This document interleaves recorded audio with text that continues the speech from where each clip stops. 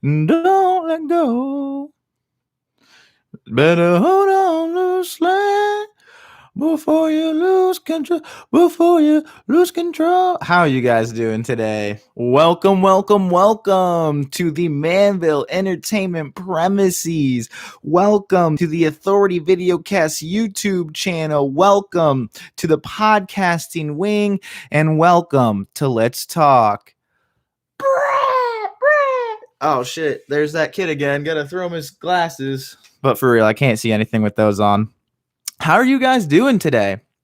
I really want to try something new, and I'm sure YouTube will have none of it, and I'm sure it'll go off with plenty of hitches and it'll be terrible. Excuse me. But today I want to try something totally different, which is ramifications / terrible. And I've been thinking that's exactly what all of these promos had in common, was either some serious, obviously just terrible promos. We'll get to them, or better yet, the ramifications behind them. And that's why I feel my list for the top 5 worst promos ever is going to be a little bit different. There's going to be some familiar faces on it, of course, but I think my list is different because I take into account the ramifications that go into what happened with these promos. So let's get to it, eh? So for number 5, the Shockmaster from August of 1993, Clash of Champions, I believe 24. Now, if you're a real wrestling fan, you know all about the Shockmaster. I don't have to go too much into it, but you can't make a list of the worst promos ever and not include the Shockmaster, because simply put, it's how do I describe? How do I put it simply? Really, it's just hilarity ensues. As soon as the promo begins, hilarity ensues, and that's because what's meant to be the debut of the Shockmaster is really and this is what's crazy. All of the biggest stars in WCW at the time are standing there, and all of a sudden Sting starts going off about he's going to shock the world. Now it's a 6-man tag match, I believe. British Bulldog and Sting are in need of a partner, and he is going to shock the world because he is the Shockmaster.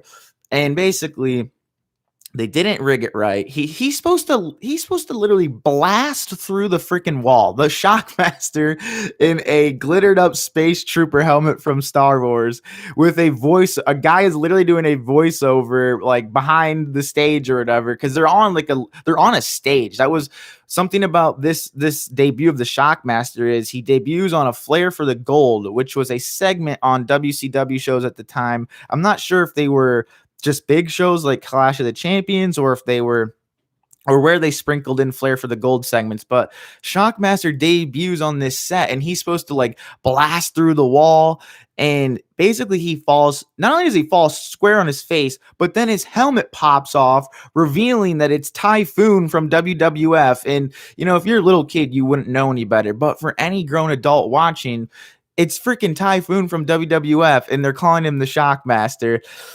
Typhoon had a pretty decent run in WWF. He was never, and that's what I'm talking about with these ramifications. That's why, again, I have to include this on this list, because Fred Ottman, I believe, was the wrestler's name. He never again was a successful act. He never had a good run again. Now they didn't go with the Shockmaster after this. They tried to retool the gimmick, because obviously in his debut, he couldn't even get a word out before his freaking head popped off. So they had to go with a different route. He plays a bumbling idiot, and it just ruined Fred Ottman's career, a guy who was working with Hulk Hogan a couple years before that. So in August of 1993, that's where we kick off our list, Clash of Champions 24 with the Shockmaster.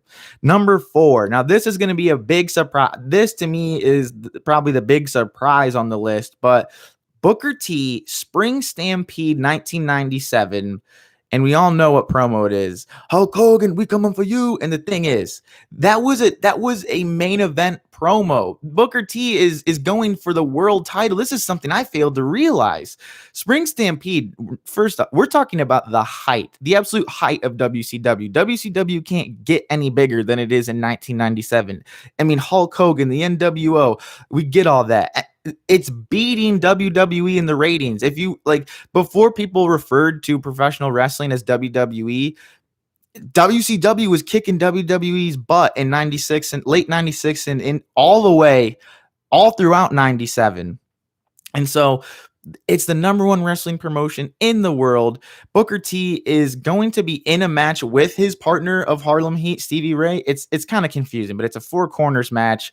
The winner gets to take on Hulk Hogan, and it's the Giant, Lex Luger, Booker T, Stevie Ray, even though they're tag partners. And so they're being interviewed together because they're a tag team, and that's just how they roll.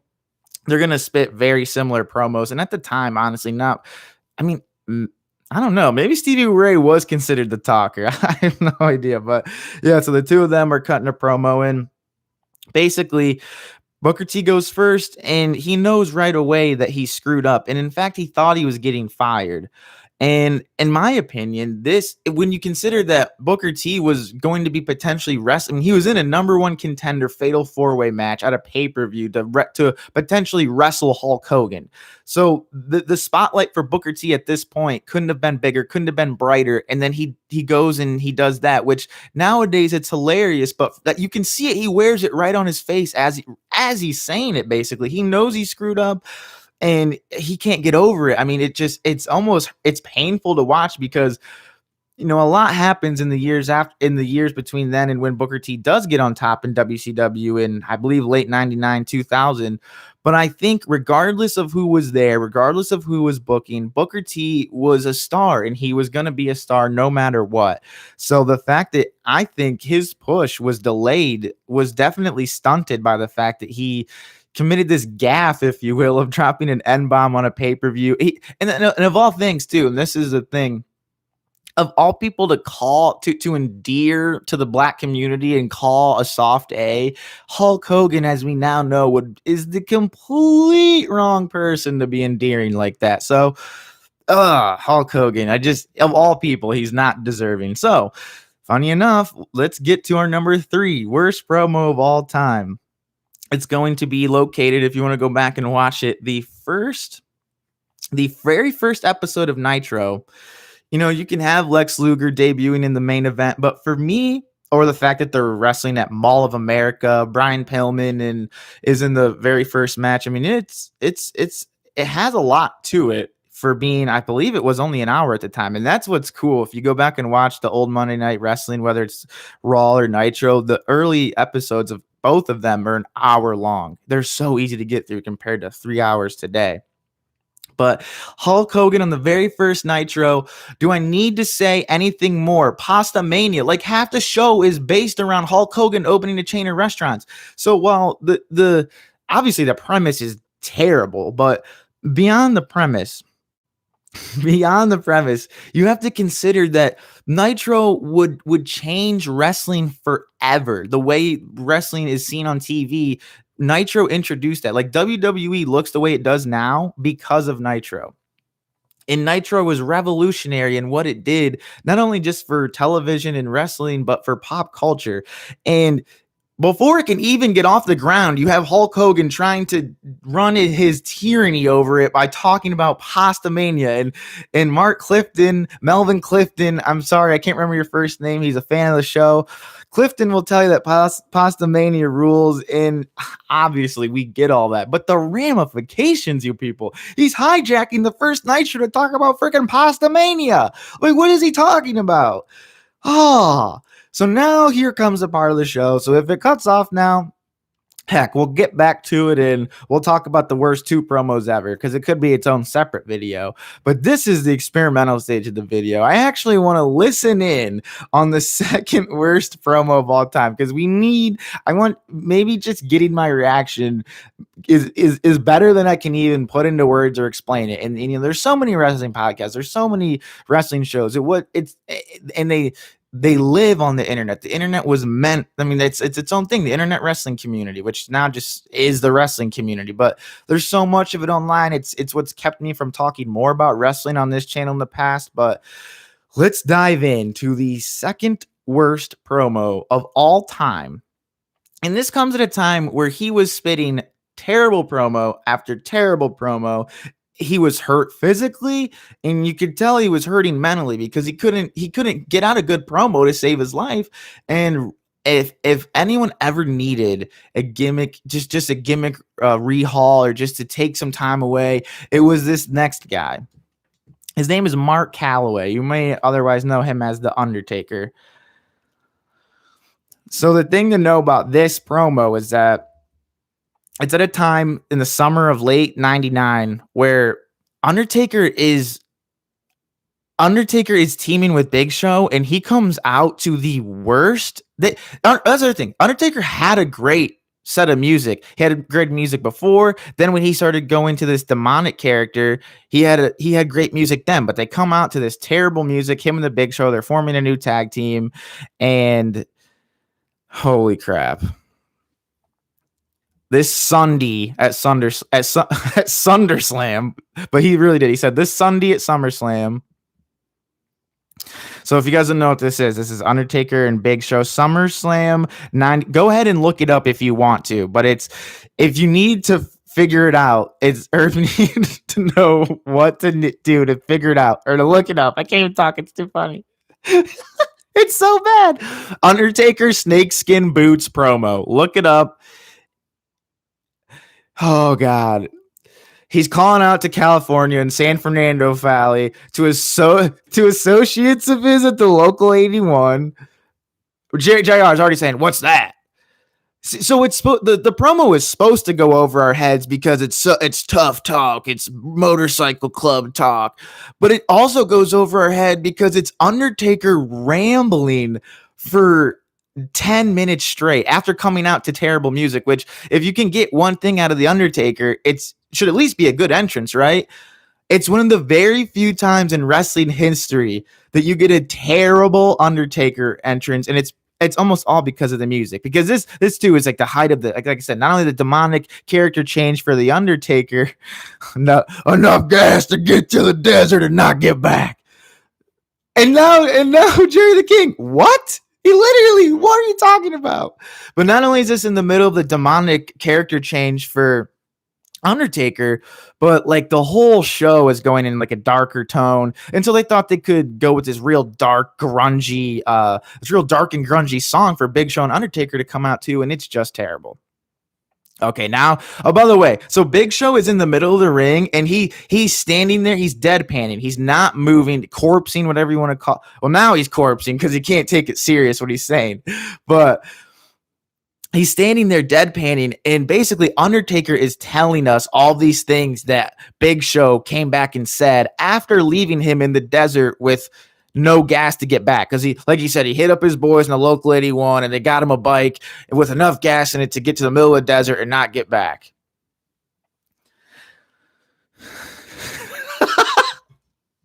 And then Lawler laughs because it's just so ridiculous. He says that Big Show comes back with snakeskin boots, a snakeskin tie, and his Harley Davidson around his back. He's carrying his Harley. And I guess in a way, it was really a way and it's over now. Thank God. And so Chris Jericho comes out and says, "You're a boring promo." It's so much worse than boring. He doesn't make any sense, and he's talking about how Undertaker or how Big Show is like this killer who skins animals and walks around with motorcycles on his back. And I don't know, even though Big Show is really big and like, you know, Big Show was in good shape back then, something about the facials of the Big Show while the promo's going on, the way that Undertaker is relaying what Big Show said to us as Big Show just sits there, it doesn't make any sense. It just literally doesn't make any sense. So that is the second worst promo of all time. I also have it up there because honestly, Undertaker goes away not too much longer after this, and thank God. You couldn't get his rambling, freaking tongue-speaking, terrible, demonic, and it's not, you know, the kid, I can't believe what I'm seeing. This is offensive to my sensibilities. It was just terrible stuff what he was doing with like the demonic turn. It was just not good wrestling. Above all else, it wasn't good, and it wasn't really that good entertainment. Now, I don't know how I can really relay this one. This one you probably are just gonna have to go and watch. But look, just Google, or not Google, YouTube rather, Lars Sullivan promo. And if you YouTube Lars Sullivan promo, you will come across, in my opinion, the worst promo of all time. Lars Sullivan is long gone out of wrestling. I mean, not that long gone, but for all intents and purposes, he's long gone out of wrestling. And there's no, above all the other reasons, this to me is the biggest reason. Here's a guy that's debuting as like this as like this monster killer, you know, where Undertaker's saying all this unrealistic stuff that Big Show was apparently had said to him as Big Show standing there making funny faces. Lars Sullivan is actually, he says it himself. And the minute Lars Sullivan opens his mouth and he said, what does he say? Let's play it. Oh God. He's something about a nightingale, I think. Also, an early Kayla Braxton, who doesn't even do in-ring interviews anymore. It's just all so weird. And she's supposed to be acting terrified of him. Like, she's acting all afraid of him. And here we go. That's right. He does. He gives a long dramatic pause, which honestly, which makes what he says even worse once he says it. Now he's mad. He's taking a deep breath. Here he comes. What's he going to say? I'm terrified. So is Kayla.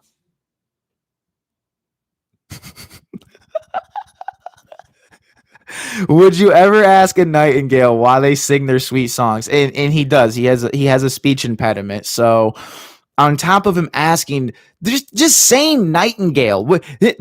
Why? I won't even watch it. You guys have to go and watch it. It's so terrible. It's so bad. But the first words out of his mouth are something. Would you ask a nightingale? Why on earth would you? Why if he is this killer, big, like monstrous, freakish heel, do you have him coming out and saying these whimsical fairy tale phrases like, is nightingale even a real thing? Oh, by the way, he's cutting this promo on the freaking Lucha House Party. I guess he was supposed to have a big WrestleMania match with John Cena, and he was going to attack John Cena backstage, and that's how he was going to debut. He wasn't going to cut some terrible in-ring promo with Kayla Braxton in the middle of the ring on SmackDown. He was going to debut on Raw. He was going to debut against John Cena, be put into a program and wrestle at WrestleMania. And instead, we get something about freaking nightingales. And Kayla Braxton does do her best to act out and be, but then even then, he says something about, I've been called the same name my whole life. Do you know what that name is? And Kayla Braxton's just like, a freak? Now, if she was really that afraid of him, would she call him the word that he has been hearing his whole life and how he hates it so much and that just makes his skin crawl? And then she's going to say it right to him. Not that he's going to beat on a woman in front of 20,000 or 15,000 people or whatever it was at this SmackDown Live event, but you would think he'd chase her around or do anything. Or if he's a heel, if he's a bad guy, if he's not one of the worst, I mean, you can't really go in too much on Lars Sullivan. I mean, he's a very complex individual. There's a lot of bad stuff about him out there, but then there's stuff that, you feel, if you have a freaking soul, you have empathy for people, so you feel bad for him. And also, they saddled him with this freaking promo about nightingales. But, yeah, Lars Sullivan, I think, goes down as probably one of the biggest, I won't say wasted talents, but for getting the television time and like being put into the stratosphere with the other WWE superstars and just being part of the conversation. Like he'll forever be a part of the conversation, maybe like a what if. And I don't know, just truly terrible. You can't really say much about his in-ring because on a national stage, the only thing he ever did was beat up on the Lucha House Party, which were, handicapped squash matches. How can you even judge a guy based on those? And yeah, he's just, what a character. But go watch the promo. It takes 4 minutes of your time. The reason I made this video is because I was laughing so hard rewatching both The Undertaker and more specifically the Lars Sullivan promo that I wasn't even going to make a video today. And Lars Sullivan and The Undertaker circa 1999, they both brought it out in me. But yeah, holy crap, go watch it. It's the worst promo you'll ever see. There's no doubt in my mind. It's there's no mistaking. There's no mistake. I don't know exactly what year it was from. Maybe 2018ish, but Lars Sullivan in the middle of the ring, standing at a SmackDown Live event, saying whatever he was saying is the worst. And the ramifications, if like I said, if it weren't what was going to already happen to him based on all the things that were happening around him, this promo did not help. Thank you guys so much for hanging out with me today. I have no idea. I stopped hearing myself as soon as that's definitely one thing. As soon as I started playing the videos, I could no longer hear myself. So it sort of threw me off a little bit. And I don't know. Well, you guys will have to tell me. Leave comments, like, share, subscribe, go on the Facebook. Let me know how today went. We'll try more. We'll do stuff. We do stuff here. We hang out, you know? It's like Circle K. We hang out here. So I love you guys very much. Make sure you have a great rest of your day. And we'll catch you on the next one.